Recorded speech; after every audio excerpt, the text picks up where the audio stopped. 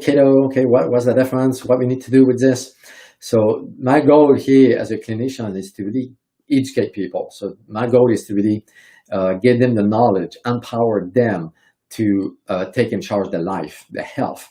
And really my desire at the end of the day is for them to go at the root cause of their problems and fix that, reverse that once and for all. And diet is the main tool that I use. So it's really the foundation, and it's really important that we talk about it with people. So we have paleo, keto. So you may have heard these two terms. I think right now is one of the most common ones. When it comes to paleo, the concept of paleo diet is what our ancestors used to eat back in the days, like thousands of years ago.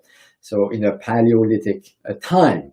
So paleo at the end of the day means everything is fresh. Okay, so this is a good concept that I like to use, is everything is from scratch. Okay, scratch. No box food, no junk food. Everything is fresh, organic. Okay, and a little bit more strict when it comes to paleo is there's no grains. So we believe that back then our ancestors were hunters and gatherers, so they would not use grains or eat grains, and they will not eat dairy products. Okay, so basically paleo diet, to be strict when it comes to that, is no grains, no milk, no cheese, none of these dairy products. Sometimes people will say paleo, you can have a little bit of dairy products, which is okay, I guess, but when you want to be paleo strict, so it's really meat, vegetables, nuts, fruits, everything you can harvest and hunt. Okay, so I hope this makes sense. When it comes to keto, keto is quite different. So keto stands for ketosis. So when you reach a keto state, when your body starts burning fat as a source of fuel, your body makes ketones. So when you burn fat, your body, your liver, your mitochondria start making ketones, and ketones are molecules that your body uses for energy instead of using glucose, sugar. So keto diet stands for ketosis. So meaning that when your body reaches that point of making ketones from your diet. So at the end of the day, this diet is really high fat, low carbs, and low protein. So you need to be in the range of 90% fat intake to reach that point, meaning that your carbs are really, really low and your protein is low as well. One mistake that I see quite a bit in the keto world is when people use cheese. They tend to use cheese with a lot of recipes in the diet, but cheese has quite a bit of protein and it can get you out of ketosis. I've had so many people coming to me, they try the keto diet, for example, and they don't seem to be able to lose weight because they never reach a state of ketone burning, of fat burning. As one of the reasons is because they eat too much cheese, too much protein, because protein or meat can throw you out of ketosis. So you have to watch your meat protein intake. So this is the difference. So the keto diet, you typically eat a lot of protein, a lot of fat and low carbs and low protein. They don't really seem to care too much about the sources. On the other side, for me, paleo, it's more fresh food, everything you get from the earth. Okay, so no box food, for example, no packaged food, no processed food, so everything is fresh.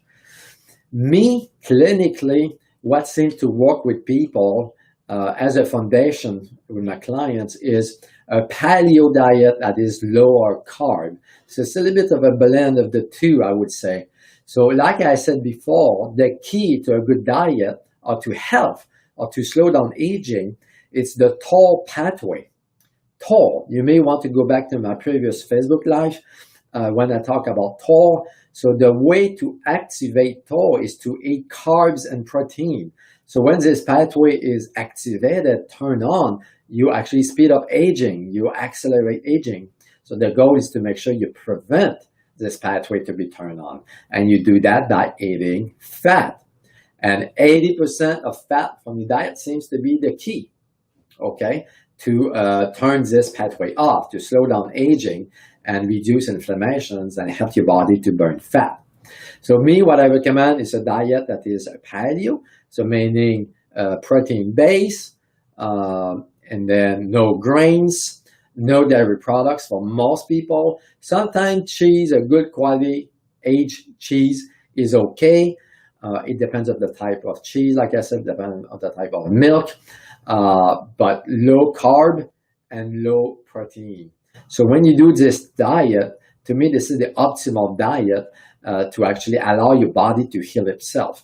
So when you eat starches, carbs, you need somewhere between 40 and 60% of your calories that you eat to process the carbs. So a lot of calories is used to burn carbs. So if you can reduce your carbs intake, you have more calories, more resources available to actually detox and repair your body and help healing your tissues and organs. So this is what I recommend. So you need to figure out what works for you. So for most people, somewhere between 60 and 70 grams of carbs a day seems to be the best. If you are working out, if you're really active, you may need up to 100 grams of carbs a day.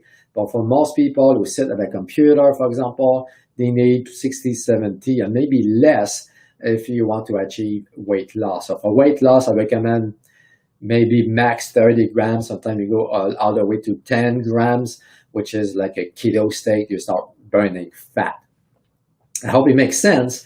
So this is clinically, from my experience with people, the foundation, the diet that you need to achieve.